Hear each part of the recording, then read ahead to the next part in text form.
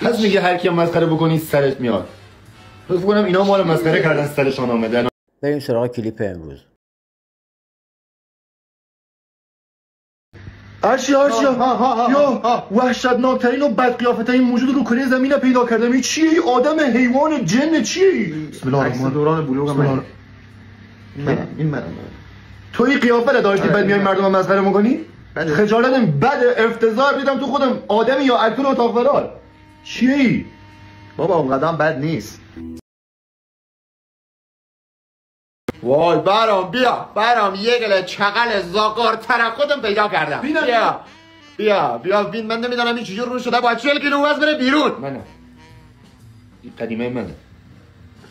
این تویی؟ آره. بعد ما با چه روی مردم مسخره میکنیم؟ چه انی بودی؟ من نمیدونم.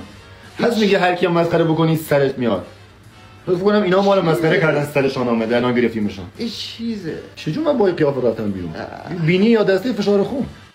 ما چرا اون موقع ما باید 70 تا کلیپ راجع به خود ما میساختیم. بعد مردم ما چرا اون موقع عکس میگرفتیم؟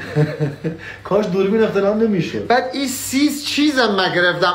ریدم تو قیافت. 30 چیزم با عینک خودت گرفتی. بعد میدونیم من چیه؟ کثافت. من یه دختری خوشم میامد بهم پا نمیدادم. بس زور بهم خدای به من پا نمیده.